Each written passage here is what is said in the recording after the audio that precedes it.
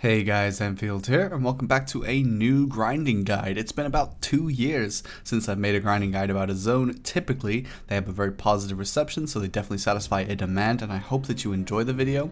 Today's guide, as you will have seen by the title, is all about the Jade Starlight Forest, one of the grind spots in the Mountain of Eternal Winter where you can obtain the Libresca Helmet Flame or the Flame of Frost. I completed my own grind by getting 100 embers, although many people I've talked to did drop the direct flame. The grind spot has a few unique mechanics and requires a relatively solid gear set to farm efficiently and safely. It is also one of the best looking grind spots in remastered BDO and easily has the best soundtrack. So without further ado, let's get into it. So I've mentioned already the Jade Starlight Forest is one of 2 grind spots in the Mountain of Eternal Winter that allows you to grind out a Flame of Frost for the Libresca helmet upgrade. It also contains the location by which you would complete the quest to do so. You need to make sure that you've completed the quest line in the region, however, before you can do this, after which you will need the Flame of Frost and either a level 10 Caphras Pen Boss helmet, Gaiath or Griffin, or a Pen Blackstar helmet, which only a Psychopath would have.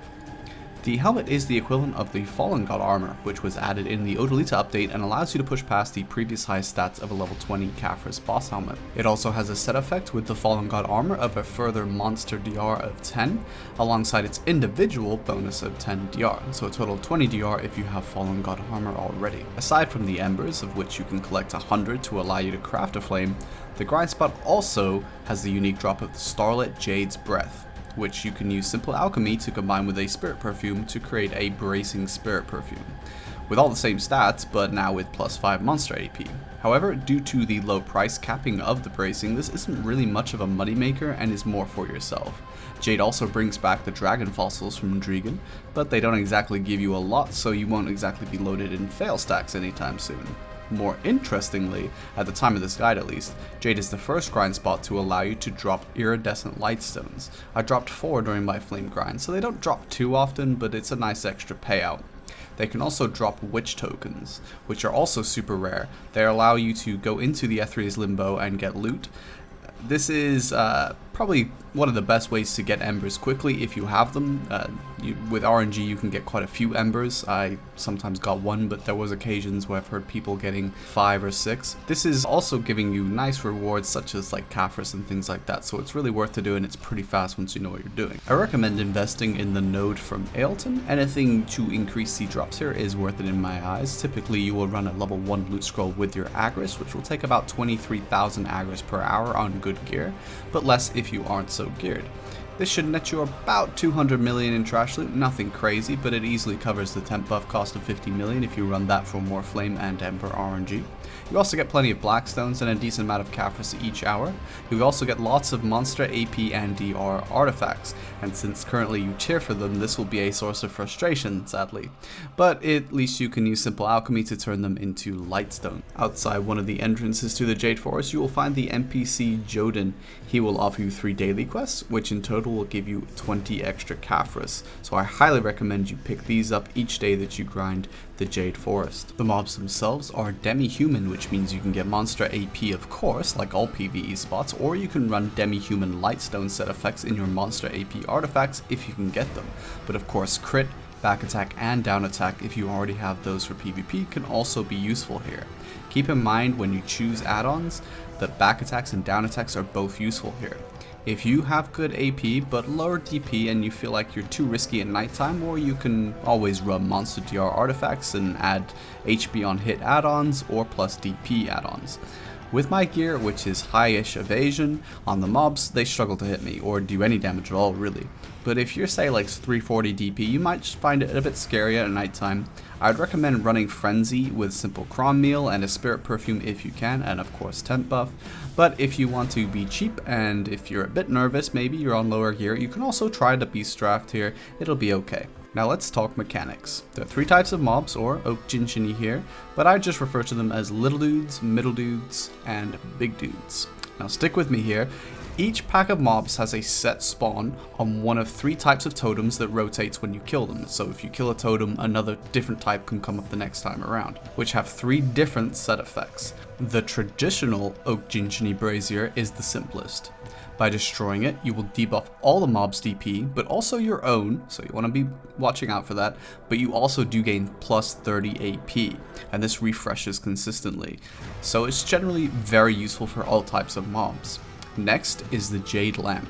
The Jade Lamp immediately causes the mobs to be knocked down when you destroy it, but also if you aren't in protection, it will knock you down. It can also knock down the little dude elites, which is very helpful. It also continues to try to knock down with Jade circles on the floor, so you want to avoid those if you're using unprotected damage or just simply attacking super armor while inside them. Finally, there's the Objectiony Totem. Upon destroying this totem, you will cause a faint jade cloud around the area, which will empower you to knock the mobs on the floor, with your own abilities this time. However, this seems to be a bit random. I do find hitting the mobs in the back with floats to be my most successful. You might want to toy around with this to figure out the exact mechanic. I never really truly bothered. This totem is actually especially useful if you have the two middle dude elites, as they are the most annoying to kill. Most people should only really need 3 totems as part of your rotation.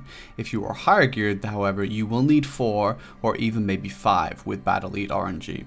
Elites spawn very often and are given the possessed title to indicate. You are warned about their spawning with a red text after you kill the pack.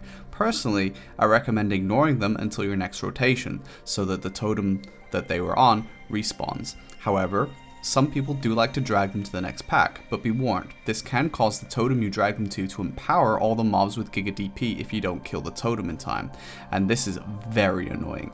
Elite spawns only one type of mob, either 3 little dude elites, 2 middle dude elites, which are the worst by the way, and then 1 big dude elite, whereas standard packs, they have an assortment. If you have little dudes, I recommend focusing DPS on them after the totem falls.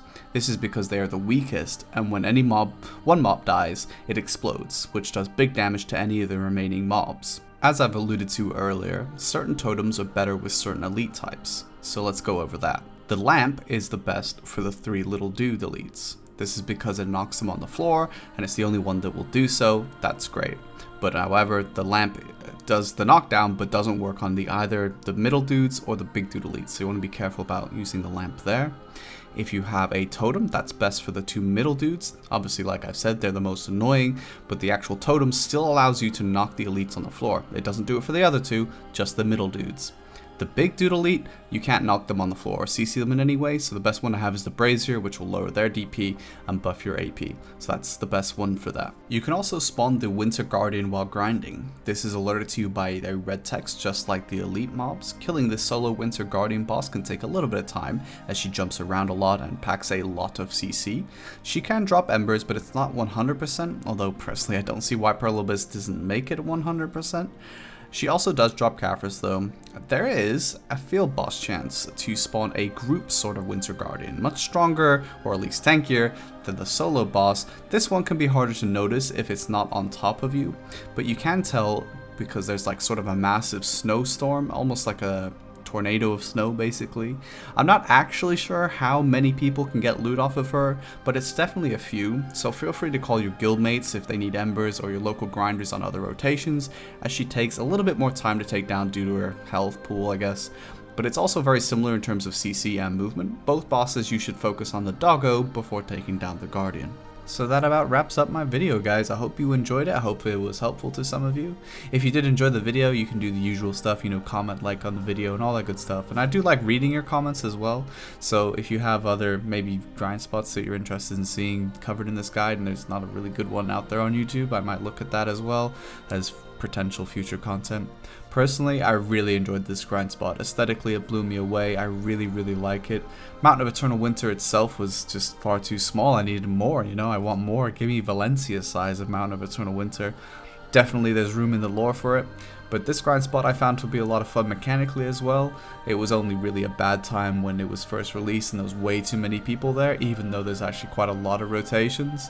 So it is what it is. Those of you that are watching this from console, when you get Mountain of Eternal Winter in like 6 years, you probably go through that same phase as well. But at least you'll have a head start on everybody else if you've watched this video ahead of time.